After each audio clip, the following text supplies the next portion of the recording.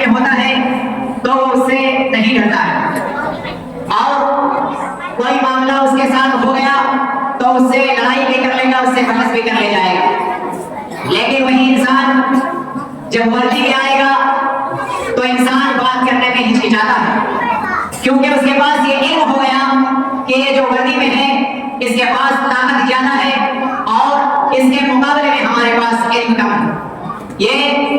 دنیاوی اصول کو جو طریقہ جو قانون بنایا گیا ہے اس کے تحت اس کے پاس زیادہ علم ہے۔ تو ایک انسان کے پاس علم آیا کہ اس کے پاس عہدہ ہے، منصب ہے، طاقتور ہے، تو اس سے وہ ڈر گیا، وجہ علم۔ تو ہمارا آپ کے پاس بھی اگر علم آ جائے گا اللہ رب العالمین کے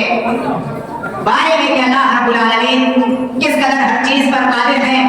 اللہ رب العالمین کیسے دنیا کو بنایا ہے، کس طریقے سے دنیا کو چلاتا ہے، اور پھر جب ہم دنیا کو چھوڑ کر جائیں گے تو آخرت میں اللہ تبارک و تعالیٰ کیسے ہمارا آپ کا حساب لے گا۔ اسی طریقے سے اللہ کے نبی جناب محمد رسول اللہ صلی اللہ علیہ وسلم نے فرمایا من سلک طریقا یلتمس فیہ علما سہل اللہ لہ بہ طریقا الی الجنہ۔ صحیح مسلم کی حدیث ہے، اللہ کے رسول صلی اللہ علیہ وسلم نے فرمایا کہ جو علم دین کی تلاش کرتا ہے اور اس کے راستے میں نکلتا ہے اللہ تبارک و تعالیٰ اس کے لیے جنت کا راستہ آسان کر دیتا ہے۔ اسی طریقے سے اللہ کے نبی جناب محمد رسول اللہ صلی اللہ علیہ وسلم فرماتے ہیں خیرکم من تعلم القرآن وعلمہ، کہ تم میں بہترین وہ ہے جو قرآن سیکھے اور دوسروں کو سکھائے۔ معزز سامعین، آپ جب سے اسلام آیا ہے آپ شروعاتی دور سے دیکھیے کہ جب جنگ بدر کے موقع پر جب لوگوں کو کافروں کو قید کر کے لایا گیا اور جب ان کو چھڑانے کے لیے کوئی چیز ان کے پاس نہیں تھی تو اللہ کے رسول صلی اللہ علیہ وسلم نے ان سے یہ کہا کہ جو تمہارے پاس علم ہے وہ تم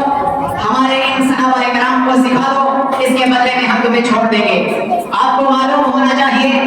کہ زید بن ثابت جو کاتب وحی ہے، جو وحی اللہ کے رسول صلی اللہ علیہ وسلم کے پاس آتی تھی، اس وحی کو لکھنے تھے انہوں نے بھی انہی سے تعلیم حاصل کی تھی اور انہی کفار سے انہوں نے لکھنا پڑھنا سیکھا تھا۔ تو قرآن مجید کی آیات اور ان احادیث کو دیکھتے ہوئے